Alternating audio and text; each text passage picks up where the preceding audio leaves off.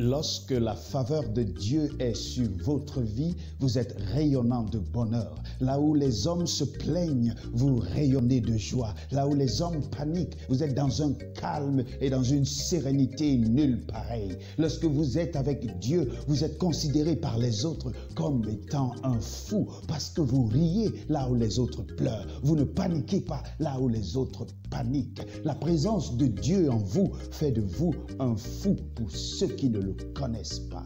Oui, je suis un fou pour le Seigneur. Ma folie pour le Seigneur, je voudrais te la partager. Veux-tu être fou pour le Seigneur? Envolée spirituelle. Croissance spirituelle.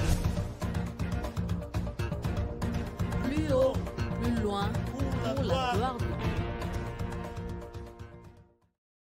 Shalom et bienvenue dans cette nouvelle envolée spirituelle. Nous bénissons le Seigneur qui nous donne la grâce d'être comptés parmi les vivants en ce jour. Un jour, mon père m'a posé la question, Colbert, écoute, si tu es dans une rivière et qu'un fou vient à dérober tes vêtements, que vas-tu faire? Vas-tu le suivre ou alors vas-tu rester dans l'eau? Et tout fièrement, j'ai répondu à mon père, écoute, je vais le suivre jusqu'à ce qu'il me rende ce qui m'appartient. Mon père a ri et il m'a dit, peut-être que tu serais également fou en le faisant.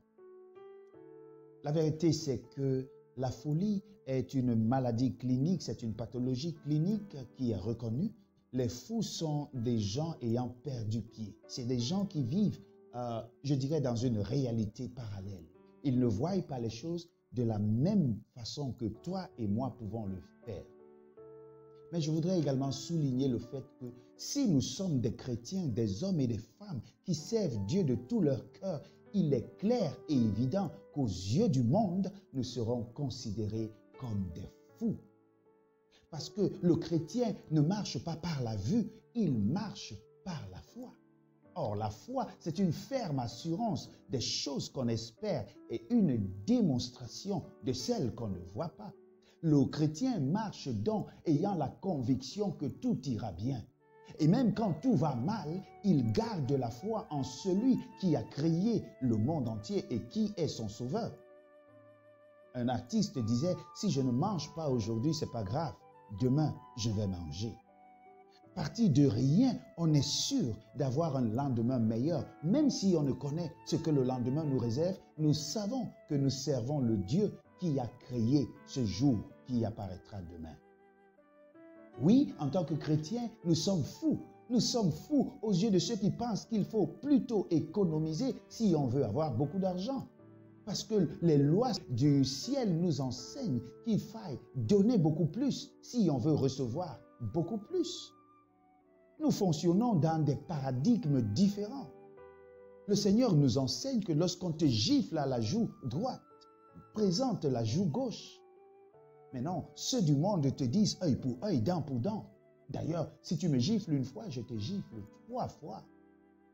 La vengeance, la rancœur est dans ce qui remplit le monde aujourd'hui. Et donc, si nous sommes différents de ceux-là, il est clair que notre différence est un reproche permanent pour ceux qui continuent à vivre selon le monde.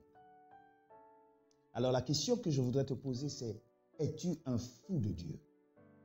Parce que seuls les fous de Dieu hériteront le royaume des cieux.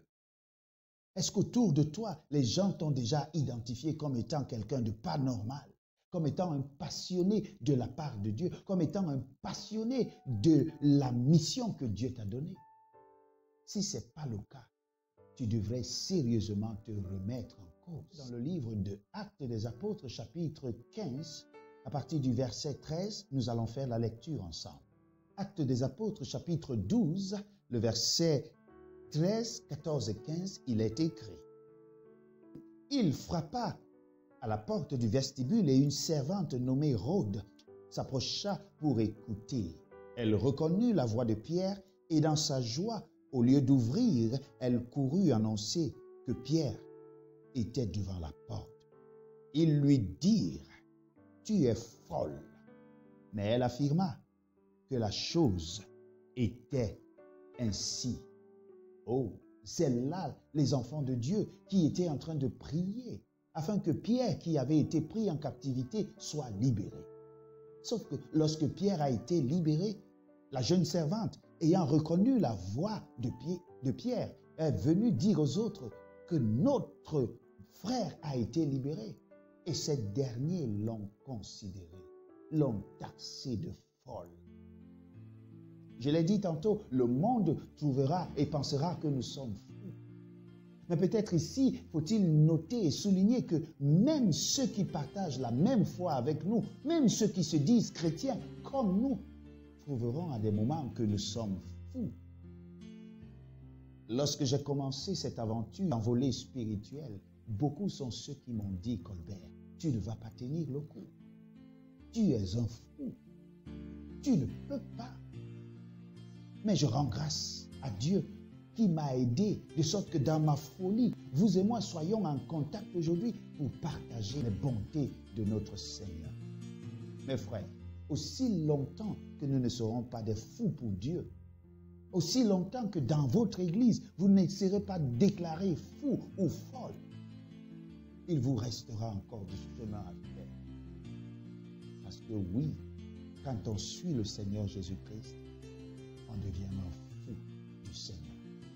Si tu veux devenir fou de Dieu, alors prie avec nous. Notre Dieu, notre Père, aide-nous à devenir des fous de la mission que tu nous as donnée, des fous de notre Seigneur et Sauveur Jésus-Christ. Amen. Que Dieu vous bénisse. Restons dans la folie de notre Seigneur. Shalom. Envolée spirituelle. Croissance spirituelle. Plus haut, plus loin, pour la gloire de Dieu.